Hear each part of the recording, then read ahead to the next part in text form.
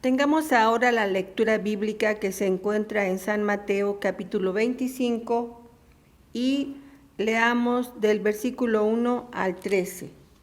Mateo 25 del 1 al 13. Dice la palabra de Dios: Entonces el reino de los cielos será semejante a 10 vírgenes que, tomando sus lámparas, salieron a recibir al novio. 5 de ellas eran prudentes y 5 insensatas. Las insensatas, tomando sus lámparas, no tomaron consigo aceite, pero las prudentes tomaron aceite en sus vasijas, juntamente con sus lámparas. Como el novio tardaba, cabecearon todas y se durmieron. Y a la medianoche se oyó un clamor: «Aquí viene el novio, salid a recibirlo». Entonces todas aquellas vírgenes se levantaron y arreglaron sus lámparas. Y las insensatas dijeron a las prudentes: «Dadnos de vuestro aceite, porque nuestras lámparas se apagan». Pero las prudentes respondieron diciendo: «Para que no nos falte a nosotras y a vosotras, id más bien a los que venden y comprad para vosotras mismas». Pero mientras ellas iban a comprar, llegó el novio, y las que estaban preparadas entraron con él a la boda, y se cerró la puerta. Después llegaron también las otras vírgenes, diciendo: «Señor, Señor, ábrenos». Pero él, respondiendo, dijo: «De cierto os digo que no os conozco. Velad pues, porque no sabéis el día ni la hora en que el Hijo del Hombre ha de venir». Amén. Tengamos ahora el mensaje a cargo del hermano Francisco Soto, titulado Jesús y sus parábolas para hoy. Buenas tardes, hermanos, Dios les bendiga. En esta tarde, noche ya, vamos a hablar de la palabra de nuestro Dios. Vamos a hablar de lo que sucedería el último miércoles en la vida de nuestro Señor Jesucristo. Se le llama comúnmente miércoles de enseñanza. Y la predicación en esta tarde la hemos titulado Jesús y sus parábolas para hoy. En particular, hermanos, vamos a dar lectura, no con esto quiero decir que vamos a estudiar solamente esta parábola, pero vamos a dar lectura a la parábola de las 10 vírgenes que encontramos en el Evangelio según San Mateo capítulo 25, los versículos del 1 al 13. Síganme, hermanos, allí en sus hogares, busquen este pasaje, Mateo 25, versículos del 1 al 13, y vamos a darle lectura.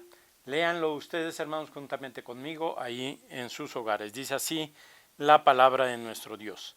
Entonces el reino de los cielos será semejante a 10 vírgenes, que tomando sus lámparas salieron a recibir al esposo.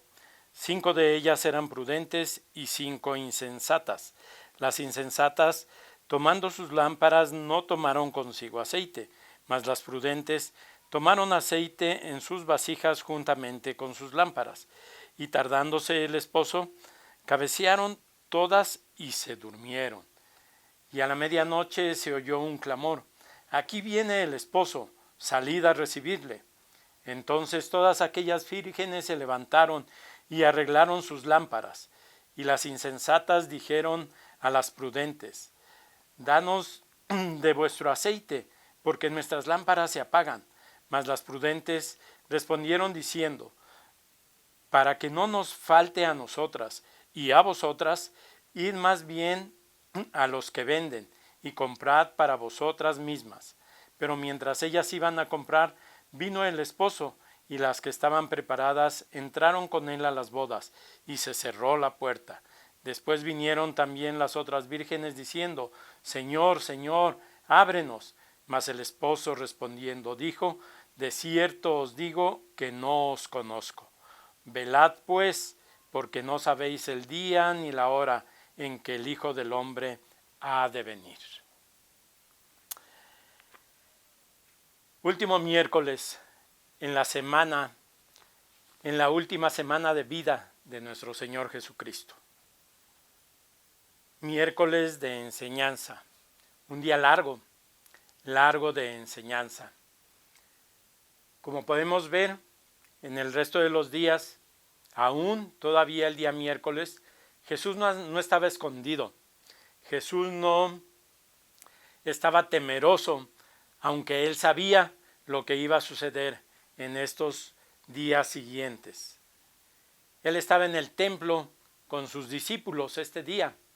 Si leyéramos todo el capítulo, desde el capítulo 24 de Mateo y todo el capítulo 25, vemos que Jesús sale del templo con sus discípulos, y sus discípulos, admirados de la construcción del templo, le dicen a Jesús, qué construcción tan hermosa era aquella. Después caminan hacia el Monte de los Olivos y allá inicia la enseñanza de nuestro Señor Jesucristo. Pero como podemos ver, Él no estaba escondido. Él no se estaba escondiendo de los principales sacerdotes o del gobierno romano, temeroso de lo que iba a suceder. No. Él ciertamente durante mucho tiempo en su vida vivió una etapa a la que se le llama el secreto mesiánico. Es el tiempo durante el cual nuestro Señor Jesucristo vive, pero no da a conocer que Él es el Mesías. 30 años, después inicia su ministerio, y aún los primeros años de su ministerio forman parte de este periodo que se le llama el secreto mesiánico. ¿Cuándo encontramos por primera vez ahí en la palabra de nuestro Dios que nuestro Señor Jesucristo dice o habla claramente delante de sus discípulos acerca de que Él es el Mesías? ¿Recordamos, hermanos, el momento en el que Él les pregunta a los apóstoles, ¿quién dice la gente que soy yo? Y después de eso les dice a los discípulos, ¿y quién decís que soy yo? ¿Ustedes qué piensan? ¿Qué dicen ustedes? ¿Quién soy yo? ¿Y recuerdan quién responde? Pedro, ¿verdad? Intespectivamente dice, tú eres el Cristo, el Hijo de Dios viviente. Sin embargo, si leemos el pasaje allá en Marcos capítulo 8 versículo 30, todavía en esta ocasión Jesús les ordenó a sus discípulos que no dijeran nada en relación a esto a nadie. Sin embargo, fue la última vez que les ordenó a sus discípulos dicho silencio, porque a partir de allí él mismo empezaría a darse a conocer como el Mesías. Situación que también les costó trabajo a sus discípulos entender. ¿Por qué? Porque tanto los discípulos como todo el pueblo judío de aquel tiempo esperaban a un Mesías libertador que los librara de la opresión romana que estaban viviendo en ese momento. Así que las enseñanzas de nuestro Señor Jesucristo para sus discípulos y para el resto de la gente, de un Mesías sufriente, de un Mesías que tenía que morir en la cruz, de un Mesías al cual iban a someter y iban a hacer sufrir y lo iban a matar crucificándolo en la cruz, no les cabía en su cabeza. No era el Mesías que ellos esperaban. Sin embargo, por eso se hace necesario este día de enseñanza en la vida de sus discípulos. Por eso se hace necesario que el Espíritu Santo, el cual promete nuestro Señor Jesucristo para cuando Él se vaya, venga y les recuerde a sus discípulos todo lo que Él les ha dicho y les enseñe más aún. Porque lo que ellos esperaban, ese Mesías quizás como un guerrero, como Josué, como David, no era el Mesías que había llegado, que era Jesús. Había llegado el Mesías, un libertador, pero en el sentido espiritual. Aquel que nos iba a librar de la mayor condena que tenemos, no de la opresión física de algún gobierno, sino de la mayor opresión que tenemos todos nosotros, que nos iba a librar del pecado al cual estábamos esclavizados antes de que viniera nuestro Señor Jesucristo a darnos libertad. Y así inicia este día de enseñanza para los apóstoles, con esas situaciones dando vueltas en la cabeza. ¿Cómo es que iban a ver a su Mesías crucificado? ¿Cómo es que iban a ver a ese Mesías para ellos derrotado? Así que Jesús comienza a enseñarles.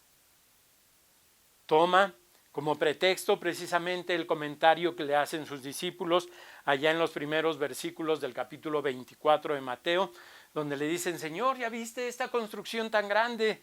Y Jesús les dice: de cierto os digo que no quedará piedra sobre piedra. Aún no estaba terminado de construir el templo para ese tiempo. Y Jesús ya estaba profetizando su destrucción. Imaginemos un poquito la escena, hermanos. Salen los discípulos, se da este momento en el que Jesús les dice a sus discípulos: de cierto os digo que aunque esta obra arquitectónica es muy grande y se ve muy bonita, no quedará piedra sobre piedra. ¿Qué estaría pensando sus discípulos? Agarró Jesús y caminó con ellos como lo hacía normalmente al Monte de los Olivos. Estando ya allá arriba en el Monte de los Olivos, teniendo una vista panorámica de todo Jerusalén y de esa construcción tan inmensa que era el templo, comienza Jesús a enseñarles. ¿Y cómo les enseñó? Como siempre lo hacía y como lo había venido haciendo a lo largo de su ministerio, por medio de parábolas. Inicia con un pequeño apocalipsis, Mateo 24, las señales antes del fin, en donde mezcla enseñanzas relacionadas con la destrucción de Jerusalén, que se daría durante la época de los discípulos, y enseñanzas relacionadas con su segunda venida. Difíciles de separar una de la otra, pero ahí está esa enseñanza. Continúa con la parábola del siervo prudente, el siervo fiel y el siervo malo. La parábola de la higuera. Y así llegamos a este momento donde les habla de la parábola de las 10 vírgenes. 10 vírgenes, 5 prudentes y 5 insensatas, dice la palabra de nuestro Dios. El reino de los cielos será semejante a 10 vírgenes que tomando sus lámparas salieron a recibir al esposo. 5 de ellas eran prudentes y 5 eran insensatas. Las insensatas tomaron sus lámparas y no procuraron más aceite que lo que ya traía cargado ahí la lámpara. Mas las prudentes tomaron aceite en sus vasijas juntamente con sus lámparas. Y tardándose el esposo, cabecearon y todas se durmieron. En primer lugar, hermanos, es importante mencionar el tiempo que nos está relatando aquí la palabra de nuestro Dios. Tanto en esta parábola como en la que sigue, que es la parábola de los talentos, como en la anterior, que es la parábola del siervo fiel y el siervo malo, nos está relatando el mismo periodo de tiempo. El tiempo desde la primera venida de nuestro Señor Jesucristo hasta la segunda venida de nuestro Señor Jesucristo. A este tiempo se le llama escatón. De allí el término escatología, que se refiere al estudio del último tiempo, de ese periodo de tiempo, desde la primera venida de nuestro Señor Jesucristo hasta la segunda venida de nuestro Señor Jesucristo. Tiempo en el cual nosotros estamos viviendo, tiempo en el cual vivieron los apóstoles, tiempo en el cual han vivido muchísimas generaciones, desde que Cristo vino hasta la fecha. ¿Cuántas más generaciones pasarán para que Cristo venga? No lo sé, hermanos. No les podría decir, porque en la palabra de nuestro Dios no encontramos una respuesta a esta pregunta. ¿Cuánto tiempo más pasará para que Cristo venga? No lo sé, no lo sabemos. ¿Qué les respondió Jesús a sus discípulos? Créanme, hermanos, que no somos los únicos que nos hacemos este tipo de preguntas. Tres de sus discípulos, cuando Jesús llegó allá al Monte de los Olivos, después de esto, de que salieron del templo y fueron al Monte de los Olivos, tres de sus discípulos, Pedro, Jacobo y Juan, dice que se le acercaron aparte y le dijeron: Señor, dinos cuándo han de suceder estas cosas. Dice que en secreto, así yo creo que le dijeron al oído: Señor, ¿nos podrías decir cuándo van a suceder estas cosas? Y entonces Jesús, juntando a los 12, empieza a enseñarles a través de las parábolas. Pero lo que sí les dejó muy claro es allá en Mateo 24, versículo 36, que dice: pero el día y la hora nadie la sabe, sino solo mi Padre que está en los cielos. Solo su Padre sabe cuándo ha de venir nuestro Señor Jesucristo. ¿Se acerca? ¿El tiempo está cerca? ¿Está cerca la venida de nuestro Señor Jesucristo? Nosotros creemos que sí, y muchos hablan de que está muy cerca. Los discípulos también creían que estaba cerca la venida de nuestro Señor Jesucristo en su tiempo. Ellos creían que no iban a morir, o algunos de ellos creían que no iban a morir antes de ver la venida de nuestro Señor Jesucristo. Sin embargo, lo único cierto es lo que dice aquí la palabra de nuestro Dios. Lo que les dijo Jesús a sus discípulos: la hora nadie la sabe.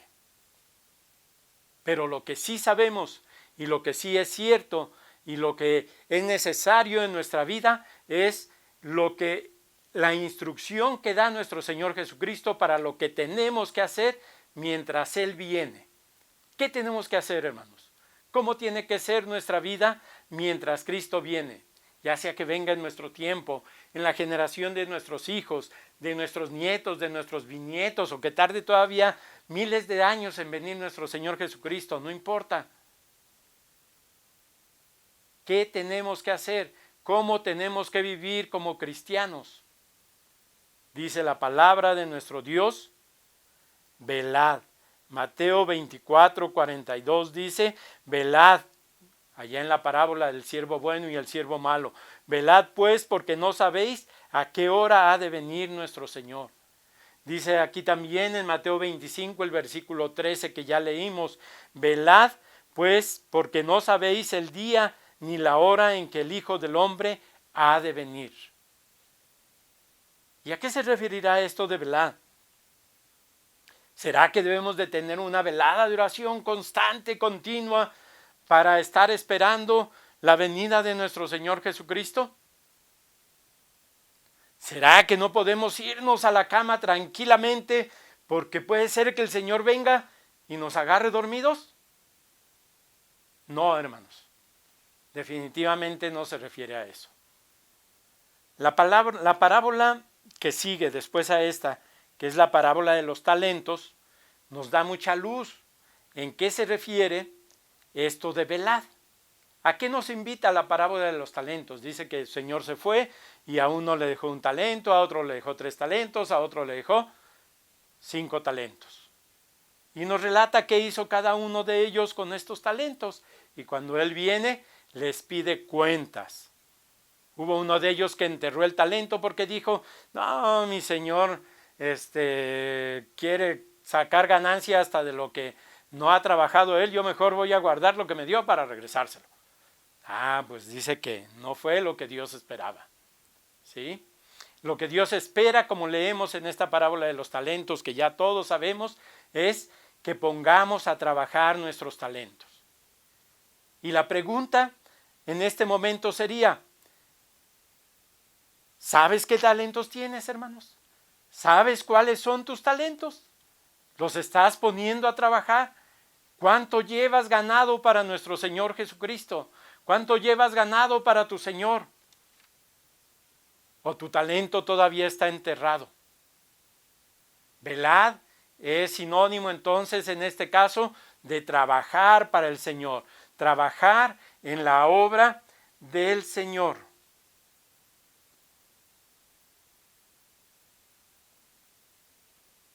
La parábola anterior a la parábola de las 10 vírgenes también nos da luz acerca de esto. Es la del siervo bueno y la del siervo malo. Dice,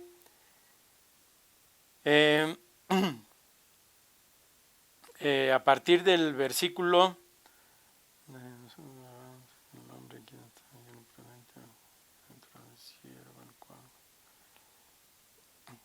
a partir del versículo 45, Mateo 24, 45 al 51, dice la palabra de nuestro Dios: ¿Quién es pues el siervo fiel y prudente al cual puso su Señor sobre su casa para que les dé alimento a su tiempo? O sea, para que trabajen. Para eso nos ha puesto como siervo fiel y prudente en la obra de nuestro Dios, nuestro Señor, para trabajar en su obra. Bienaventurado aquel siervo al cual cuando el Señor venga le hallare haciendo así. De cierto os digo que sobre todos sus bienes le pondrá. Pero si aquel siervo malo dijere en su corazón: mi Señor tarda en venir, y comenzare a golpear a sus consiervos, a pelearse, pleitos, celos, ira, contienda, y aun a comer y a beber con los borrachos, vendrá el Señor de aquel siervo en el día que éste no espera y a la hora que no sabe, y lo castigará duramente y pondrá su parte con los hipócritas. Allí será el lloro y el crujir de dientes. ¿Qué clase de siervos somos? ¿Siervos útiles para nuestro Dios? ¿Siervos buenos delante de nuestro Dios? ¿Estamos trabajando en la obra de nuestro Dios? Es verdad, hermanos, que la parábola de las 10 vírgenes dice que hubo un momento en que todas, tanto las sensatas, las prudentes como las insensatas, se durmieron, cabecearon y durmieron. ¿Será que estamos dormidos? ¿Será que estamos en ese momento de nuestra vida cristiana nosotros? ¿Estás dormido, hermano? ¿Has cabeceado y estás dormido? En este momento el Señor nos está despertando. En este momento el Señor nos está recordando que tenemos que trabajar, que tenemos que mantenernos activos en la obra de nuestro Dios. Ese es nuestro deber, esa es nuestra obligación como cristianos. ¿Cuánto tiempo? Mientras Él venga. La escatología, hermanos, menciona trata ese encuentro con nuestro Dios de dos formas. Uno, a través de la escatología individual, que es cuando el Señor nos llame a su presencia. Puede ser en cualquier momento de nuestra vida que tengamos nosotros ese encuentro con nuestro Dios. O puede ser si es que Él viniera en el momento en el que nosotros estamos vivos. Pero ese encuentro se va a dar. Ese encuentro, sin duda alguna, lo vamos a tener. Y cuentas, sin duda alguna, vamos a tener que entregar. Y durante este periodo de tiempo que estamos aquí en la tierra, hermanos, tenemos que trabajar para la honra y gloria de nuestro Dios. Eso significa velad. Eso significa estar preparados. Eso significa estar esperando al Señor. En nuestra época de jóvenes, algún hermano en una predicación en Semana Santa nos decía: no, es que esta Semana Santa no es para que se vayan al cine, Semana Santa no es para que hagan esto, Semana Santa no es para que hagan otro. Pues si no es Semana Santa para que hagamos eso, no es ningún día en la vida del cristiano, hermanos. La vida del cristiano tiene que ser una y nada más, igual todos los días. Como nos comportamos los domingos, nos debemos comportar los lunes, los martes, los miércoles, jueves, viernes y sábado. Preparados, velando cada instante de nuestra vida, cada momento de nuestra vida. ¿Cómo estás, hermano? ¿Cómo está tu vida en este momento? ¿Cómo está tu vida delante de nuestro Dios? ¿Cómo está tu vida en el aspecto de trabajar en la obra del Señor? Es cierto, hay que leer la Biblia, hay que prepararnos, hay que orar, sin duda alguna, mantenernos en comunión con nuestro Dios, porque todo esto es necesario para que podamos trabajar en la obra del Señor. ¿De qué le podemos predicar a la gente si no sabemos la palabra de nuestro Dios? ¿Cómo podemos predicar si, dado que no tenemos comunión con nuestro Dios, nos da flojera y no nos animamos a hablarle a las personas? Claro que es necesario leer la palabra de nuestro Dios, orar a nuestro Dios, alabar a nuestro Dios, y todo esto redundará en que trabajaremos en la obra de nuestro Dios, predicando la palabra, compartiendo con el vecino, compartiendo con el compañero de trabajo, compartiendo con el que se pone al lado de nosotros en el hospital, compartiendo con cualquier persona.